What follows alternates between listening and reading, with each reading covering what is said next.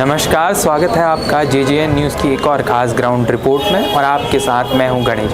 इस वक्त हम मौजूद हैं हल्द्वानी के काला ढूंगी रोड स्थित खंडेलवाल भवन में। आपको बता दूं, यहाँ केसरवानी महिला समिति की तरफ से एक आयोजन किया जा रहा है। जी हाँ, केसरवानी महिला समिति ने यहाँ आज महिलाओं को हेल्थ के बारे में अवेयर करने के लिए एक आयोजन किया है, जिसमें तमाम डॉक्टर्स पहुँचे और काफ़ी तादाद में जो महिलाएँ यहाँ पहुँची है। तो चलिए डॉक्टर से बात करते हैं और जानते हैं इसके बारे में। चलिए बात करते हैं। नमस्कार मैम, आपका नाम?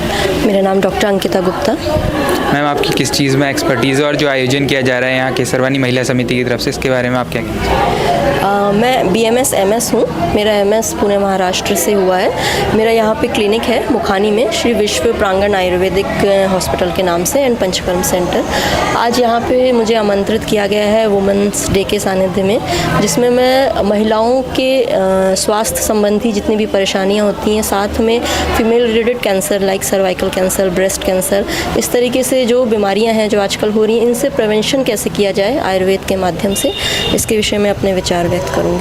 हम कैंसर जैसे हम देख रहे हैं पिछले कुछ सालों में कैंसर जो है काफ़ी बड़ी बीमारी बना है और जगह जगह हो रहा है। तो इसके बारे में सबसे पहले तो जो लोग हैं वो अभी भी इतना अवेयरनेस नहीं है, स्पेशली इंडिया में। तो इसके बारे में क्या कहें? देखिए, कैंसर ये दो शब्द से मिलकर बना है, C डैश आंसर मीन्स कि इसका क्या हमको can we find the answer for cancer, ये एक क्वेश्चन मार्क है अभी भी।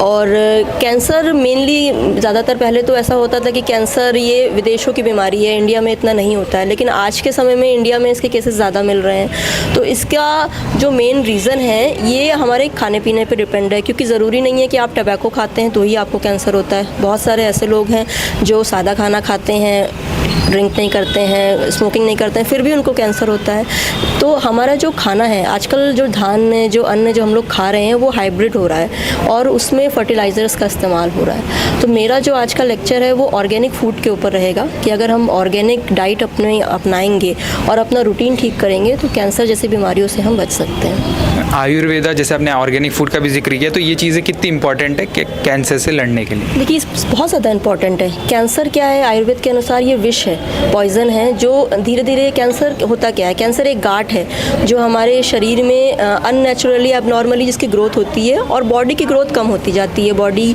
का जो पोषण है वो लेके वो गांठ बढ़ती रहती है और अपना साइज़ इंक्रीज़ करती रहती है। तो उसके लिए हम आयुर्वेद से कैसे लड़ें? तो उसके लिए मेन जो है फर्स्ट स्टेप है प्रिवेंशन, कि हमको प्रिवेंशन करना है तो हम आपको अपनी डाइट इम्प्रूव करनी है।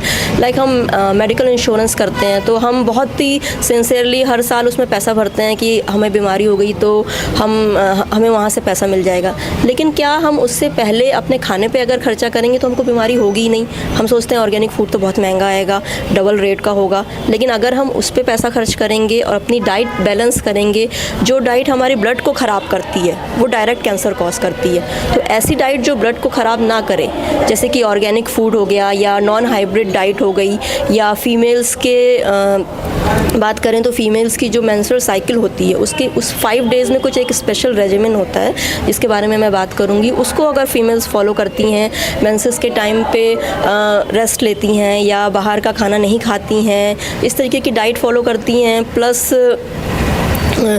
गुड़ूची एक हर्ब है गुड़ूची, अगर हम डेली उसको हम अपने खाने में यूज़ करें, लाइक कि हम उसकी दाल बना के उसके लीव्स की या उसके जड़ की हम चाय बना के रोज़ पिएं, तो छोटी छोटी जो नुस्खे हैं इनसे हम कैंसर से बच सकते हैं। लेकिन पहला जो इसका मेन प्रिवेंशन है वो है organic food, organic milk, organic diet and आपका हेल्दी रूटीन। कैंसर को लेकर काफ़ी सारे मिथ है कि क्योर होता है कि नहीं, एक बार हो गया तो नहीं होता ऐसे करके, तो आप क्या बताना चाहेंगे दर्शकों को कि कितना क्यूरेबल ये डिजीज़ है, क्या क्यूरेबल है? क्योंकि काफ़ी ज़्यादा इसके बारे में भ्रांति है। देखिए, कैंसर कई स्टेजेस में होता है, हमको कितनी जल्दी पता चला है कि हमको कैंसर है इस पर डिपेंड करता है। तो अगर हमें फर्स्ट स्टेज में पता चल गया है तो अगर हम उसमें कीमोथेरेपी ले भी रहे हैं तो कीमो के साथ साथ अगर हम आयुर्वेदिक ट्रीटमेंट करेंगे तो कीमो से होने वाले जो साइड इफ़ेक्ट हैं हम उससे भी बच सकते हैं, और साथ साथ में कीमो के द्वारा या रेडिएशन के द्वारा जो कैंसर की गांठ है उसको जला सकते हैं। तो दोनों ट्रीटमेंट्स के साथ में भी ट्रीटमेंट हो सकता है, और अगर हम चाहें कि हम एलोपैथी ट्रीटमेंट ना लें, सिर्फ आयुर्वेद से ठीक करना चाहें तो उससे भी ठीक हो सकता है। और इसमें सबसे जो इम्पॉर्टेंट पार्ट है वो है हमारी पॉजिटिविटी। अगर हमने पॉजिटिविटी खो दी स्टार्टिंग में, हमने ये सोच लिया कि मुझे कैंसर हो गया तो अब मैं बचूंगा नहीं, तो फिर थोड़ा सा मुश्किल हो जाता है। तो अपने डाइट के साथ साथ योगा, प्राणायाम, मेंटल पीस, इन सब चीज़ों के साथ साथ अगर हम अपनी डाइट को अच्छा करेंगे तो कैंसर से बच सकते हैं। मैम लास्ट एक क्वेश्चन कि कुछ सिम्टम्स स्पेशली महिलाओं के लिए कि कैसे डायग्नोस कर उन्हें पता लगे कि कैंसर, वो कहीं ना कहीं कैंसर का शिकार हो गई है, कैसे वो आइडेंटिफाई करें? अगर आप कुछ 4-5 पॉइंटर्स बताना चाहें स्पेशली फॉर देखिए, कैंसर का जो मेन सिम्टम होता है, पहला कि भूख कम हो जाना, शरीर का वज़न गिरना, वेट लॉस होने लगता है, बॉडी का जो तेज होता है, एक होता है ना कि ग्लो होता है, वो डाउन होने लगता है, अनएक्सप्लेन वेट लॉस होने लगता है, या फीमेल्स में कभी कभी ब्लीडिंग, मेनोपॉज हो जाता है, उसके बाद अचानक ब्लीडिंग शुरू हो जाती है, या किसी किसी का यूट्रस रिमूव हो जाता है तो उसके बाद उसको ब्रेस्ट में गांठें हो जाती हैं, या नहीं भी रिमूव होता है तो उन्होंने ब्रेस्ट में गांठ हो जाती है तो उसका आप टेस्ट करें तो उसमें 2 टाइप होता है, एक मैलिग्नेंट और एक नॉन मैलिग्नेंट, तो वो आपको टेस्ट के माध्यम से पता चलता है।